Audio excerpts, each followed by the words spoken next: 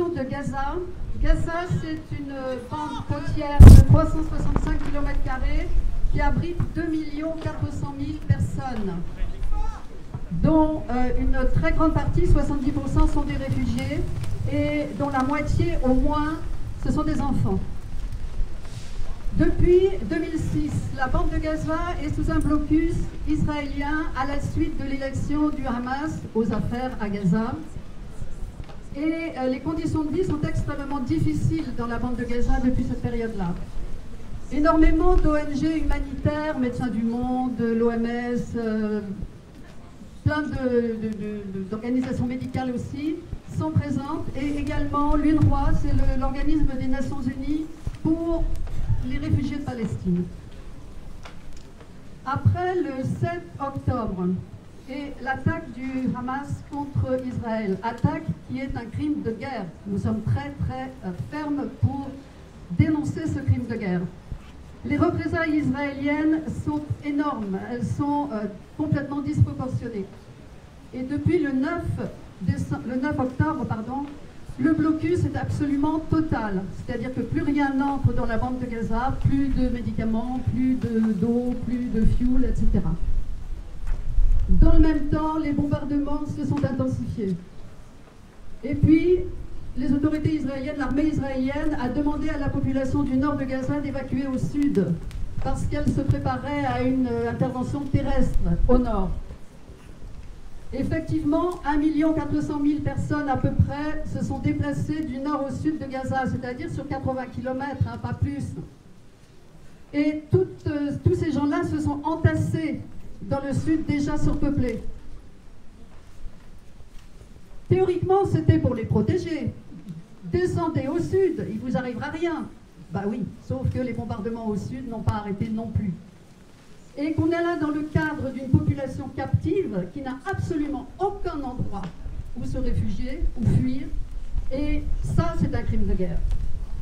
Pas d'eau, pas d'électricité, pas de médicaments, pas le fuel nécessaire aux hôpitaux et à la désalinisation de l'eau, et il n'y a plus d'eau.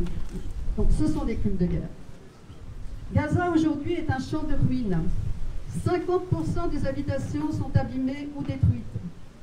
Des centaines de bâtiments sont complètement détruits. 200 écoles sur 500 environ sont détruites, dont 29 écoles de l'UNRWA dont je vous parlais tout à l'heure. Et dans les centres de l'UNRWA, centres ou écoles ou centres médicaux, 630 000 réfugiés tentent de survivre dans des conditions d'hygiène absolument déplorables. Il n'y a pas d'eau. Les familles, c'est par famille entière qu'elles sont décimées.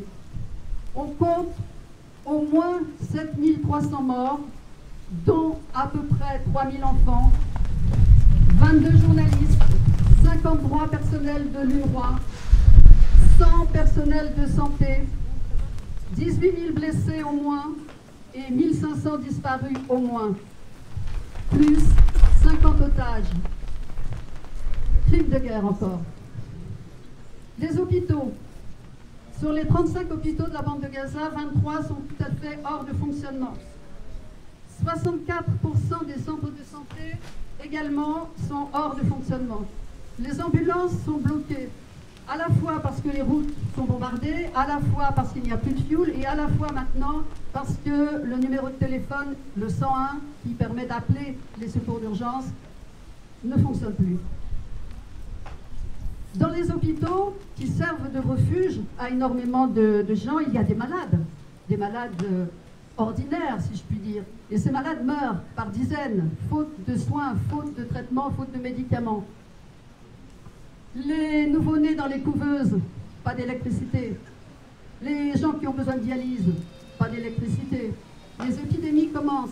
Et selon les organisations humanitaires, l'odeur de mort est répandue absolument partout dans le sud de la bande de Gaza. Les blessés, donc je vous dis au moins 18 000, donc ils affluent malgré tout, ils sont afflués dans les hôpitaux. Maintenant, on les opère à même le sol, dans les parkings, dans les couloirs, etc.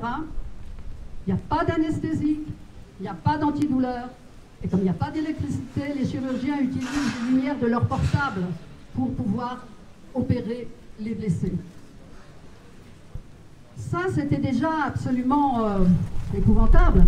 Mais, depuis hier soir, l'attaque israélienne absolument massive contre la bande de Gaza s'est encore intensifiée par la terre, par la mer et par les airs. Il y a des bateaux de guerre qui patrouillent au large de Gaza et qui tirent sur le nord.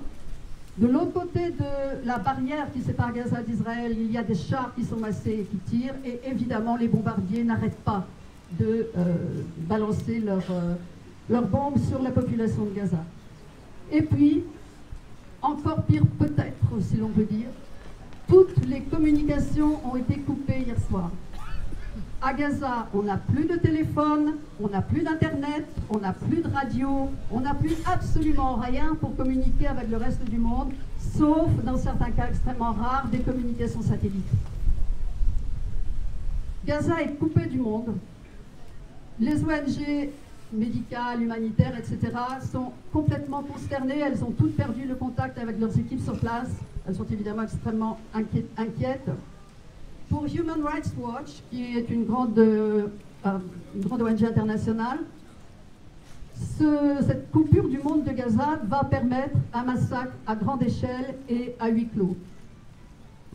Autour de Gaza, 350 000 soldats israéliens sont massés et au moins 300 chars attendent de pénétrer dans la bande de Gaza. Ils ont déjà envoyé un certain nombre de chars la nuit dernière et ce matin. Il y a eu des combats acharnés, paraît-il, et les miliciens, on va dire, du Hamas se sont battus contre les soldats, mais on n'a pas de... parce qu'on ne peut plus communiquer, on n'a pas de compte rendu réel. Les journalistes ne peuvent absolument plus communiquer avec leur rédaction ou que ce soit. Tout ça, c'est une politique génocidaire qui est un crime contre l'humanité. Partout dans le monde, il y a des manifestations pour dénoncer la barbarie de l'armée israélienne, y compris à New York, où des juifs américains ont occupé une partie du Capitole et une grande gare de New York pour exiger le cessez-le-feu. Ils se sont fait arrêter, évidemment. Hier, les Nations Unies, l'Assemblée générale, a voté une résolution non contraignante demandant une trêve humanitaire immédiate qui a été refusée par Israël immédiatement. Mais il n'y a pas qu'à Gaza que les choses empirent. En Cisjordanie occupée, donc de l'autre côté d'Israël, à l'est d'Israël, occupée par presque 700 000 colons répartis dans 135 colonies, la violence des colons n'a plus de limite et ils sont évidemment protégés par l'armée israélienne et on compte déjà plus de 100 morts en Cisjordanie. Alors, je pense qu'on peut dire aujourd'hui, la Palestine est en danger de mort. Et comme le disait le chef des opérations de l'UNRWA à Gaza, l'histoire nous jugera.